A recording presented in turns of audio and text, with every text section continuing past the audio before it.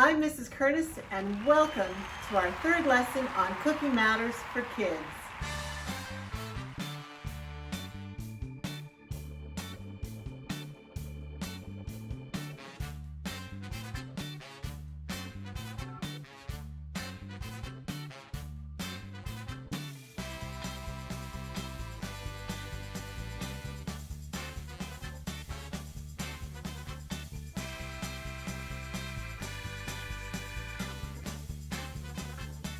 So friends, last lesson, we talked on making sure that we were going to be safe in the kitchen. We went over knife safety. We talked a little bit about chef terminology and chef lingo. We went over the stove, the different components of cooking terms like simmering and boiling and broiling, things like that. We also got to watch Evie and Lucia whip up a fantastic healthy snack using 3 of the 5 food groups called the peanut butter and banana pocket. My question to you is, are you having opportunity at home to try making any of these snacks? If you are, please take a picture of them and send that picture to your teacher. I'd love to see them.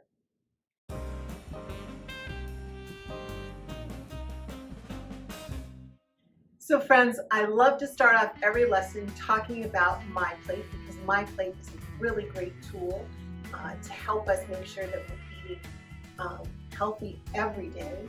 We've got half of our plates being fruits and vegetables, and we're going to talk about why that's important. That's our topic of discussion. We also have a quarter for grains and a quarter for proteins, and that can be both animal, so our meats like chicken and fish, or our plant proteins like beans, nuts, or seeds. And then there's a little spot for our cup of milk or our dairy, and we would want to choose low fat or fat free. So friends, today's topic is all about fruits and vegetables. I happen to love fruits and vegetables. Did you know that there are all different kinds of fruits and vegetables? You might have heard the saying to eat a rainbow of colors of fruits and vegetables. So I tried to do a little bit of research. I wanted to know how many fruits and vegetables are there in the world. And what I found was that there are possibly over 300,000 species of edible plants that we would call fruits and vegetables, but we're actually only eating a very small number, like maybe 200. So you might ask, why is it important to eat all different kinds of fruits and vegetables? And the answer is, no single fruit or vegetable can give our bodies all the nutrients that our bodies need to grow strong and healthy.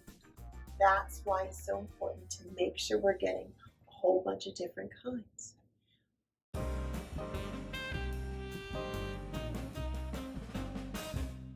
So friends, here you can see I have fruits and vegetables in all different forms. I have fresh, I have frozen, I have canned, I have dried, and I have fruit that's been turned into juice. So here you can see that there's a whole bunch of different variety and ways I can get my fruits and vegetables. It's really important that I try having all different kinds of forms, because my body needs all those different kind of nutrients, like our vitamins and our minerals and our fiber, to help us grow strong and healthy.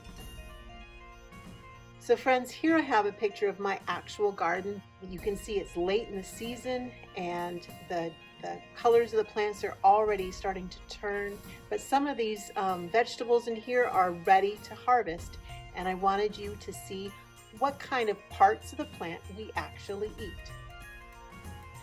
So friends, here I have a picture of the rest or the last of my beets. I've eaten most of them, and I've saved a little bit left to make some beet soup this fall. As you can see, beets are a root vegetable. Roots grow underneath the soil. And you're probably going, Mrs. Curtis, why is that beet growing up above the soil?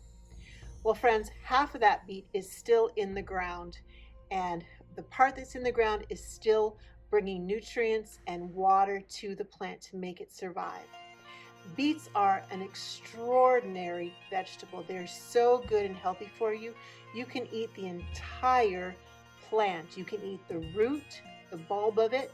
You can eat the stem, that long dark red stalk is called a stem. That's where the water from the soil comes up through the root and then passes all the way up through to the end of the leaf. And the leaf on the beet is where all the photosynthesis happens. That's the place that makes all the food for the plant. So you can eat the entire plant and it's so good for you. So here's a picture of a leaf vegetable. This is actually a cabbage. You can see all the different leaves on it. The leaves actually fold in the center, creating the head for the cabbage. And like I said in the beet video, the leaf is what makes the food for the plant.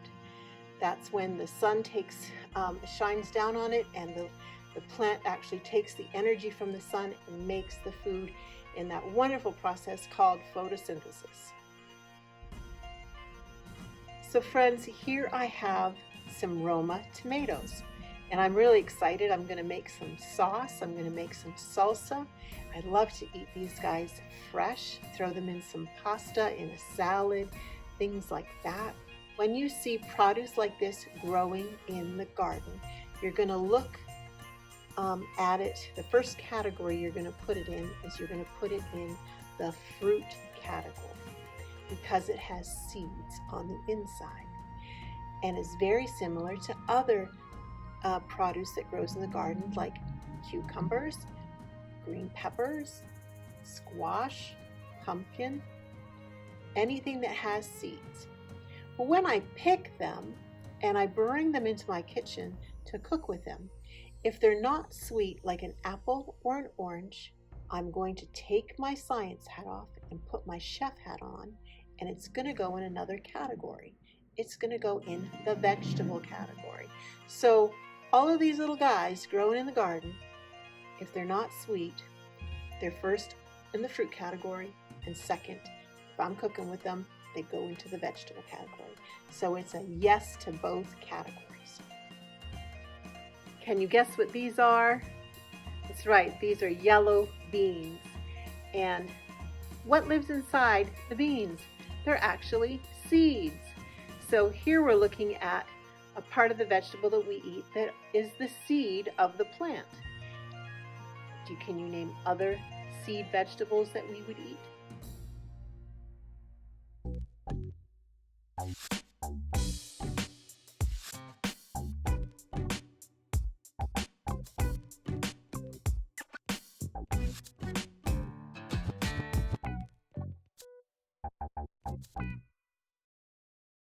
So here I have a picture of broccoli, and broccoli is an amazing super vegetable. Broccoli is actually known as a flowering vegetable. You can see up close that there's tiny, tiny buds that have not opened, and that's the part that we eat. We eat the flower of this plant, which is the flowering vegetable. Broccoli and cauliflower are very, very similar in that they're both flowering vegetables, as well as one called an artichoke. We're also eating the petals off of that. So Evelyn and Lucia are back in the kitchen again. Today they're going to be using a lot of different fruits and vegetables and whole grain. They're actually making a wonderful peach salsa with homemade tortilla chips. So take it away, girls.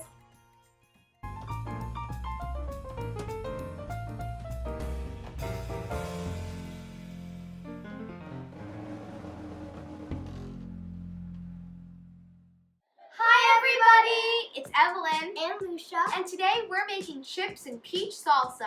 It's super tasty and really healthy, and it's super easy to make. First, we are making our chips, but before we start, we're going to follow 3 simple steps. Number 1, pull your hair up. Second, clean your surface with disinfectant spray. And third, wash your hands. Our cooking area is all clean. Let's get our ingredients out. All you need are 8 whole wheat tortillas and non-stick cooking spray. And for materials, you will need baking sheet, cutting board, and a sharp knife. Now that everything is ready, let's get cooking! First, preheat the oven to 375 degrees Fahrenheit. Grab your whole wheat tortillas and cut them with a sharp knife, making sure that your fingers are tucked away from the knife at all times, and also that you have your parent or guardian's permission. You have my permission.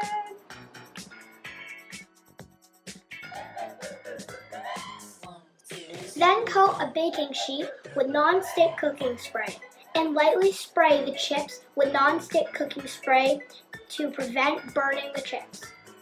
And bake until golden brown and crispy for about 8 to 10 minutes. Set those warm chips aside to cool, and let's move on to the salsa. For these ingredients, you will need a can of sliced peaches, 1 small cucumber, a handful of scallions, 1 lime, 1/2 teaspoon of salt, 1 orange bell pepper. and 1/4 cup of fresh cilantro. And for materials, we will need a cutting board. Measuring spoon, We need a medium-sized bowl, plastic wrap, a sharp knife. and remember, all of these recipes can be changed to your liking. Don't forget to wash your fruits and veggies before cutting to get the film and bacteria off. Grab a can of peaches and slice them with a sharp knife into 3 sections. Pour your peaches in a strainer over the sink, and after they're strained, lay on the cutting board. And remember to use knife safety with everything we are cutting, keeping your fingers away from the knife. Cut cucumber in half lengthwise and remove the seeds. Take the bell pepper and cut in half lengthwise. Remove the stem and seeds. Dice the cucumber and bell pepper into fine cubes. Finely chop scallions. Also rinse and chop cilantro and set aside. Cut your lime in half, squeeze the juice from each half into a medium bowl, and take out seeds. Or if you have a lemon squeezer, you will have faster results. Add peaches, cucumber, scallions, salt, bell pepper, and cilantro to bowl and mix well. Also, for the best flavor, cover and refrigerate for at least an hour before serving. Now our chips are cool and our salsa is set. Let's give it a try.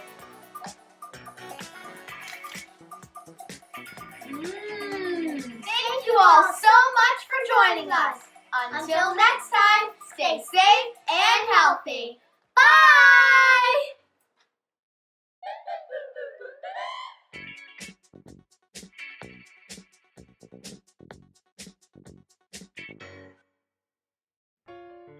Awesome job, Evelyn and Lucia. That looked so good, so yummy. So friends, I hope you have an opportunity to try some of these recipes at home. Remember how important it is to make sure you're getting your fruits and vegetables for the day. See you next time. Bye-bye.